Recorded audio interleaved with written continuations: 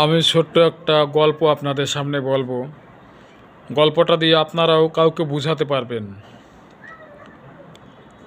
আমি একজনের উদ্দেশ্যেই বলছি, নাম বলবো না।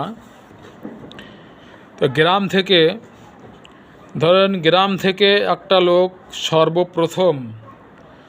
সর্বপ্রথম শহরে আসছে। লেখাপড়াও তেমন জানে না, কম শিক্ষিত। ওই ধরেন 5-6 বা 3-4 এরকম হয়তো লেখাপড়া করেছে। এর বেশি মনে করেন লেখাপড়া মনে হয় জানে না। তো ওই লোকটা গ্রাম থেকে শহরে আসতেছে। তো শহরে আসছে, দুপুর হয়ে গিয়েছে। দুপুর হয়ে গেছে, তার খুব ক্ষুধা লেগেছে। সে হোটেল খুঁজতেছে, কোথাও হোটেল দেখতে পাচ্ছে না।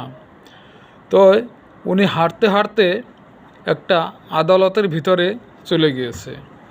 আদালতের ভিতরে অনেক লোক বসা, টেবিলের উপরে। তো উনি ভাবতেছে, মনে হয় এখানেই হোটেল, এটাই মনে হয় হোটেল, এখানেই মনে হয় খাবার পাওয়া যাবে। উনিও সেখানে বসে পড়েছে।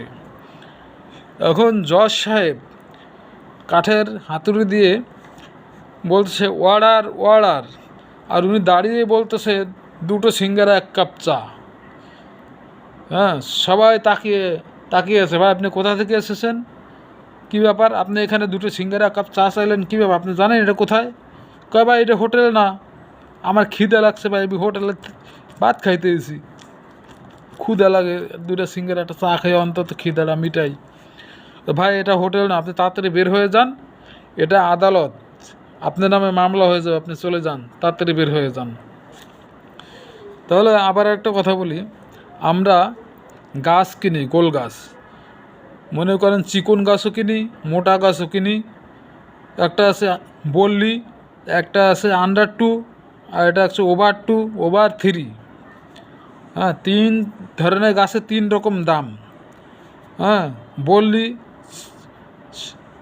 বললি গাছে কোনো সার নাই, অসারি গাছ। তো যদি ওভার 3ও যদি হয়, মোটা গাছও যদি হয়, তার ভিতরে যদি সার না থাকে, তার দাম ওই বললির দাম।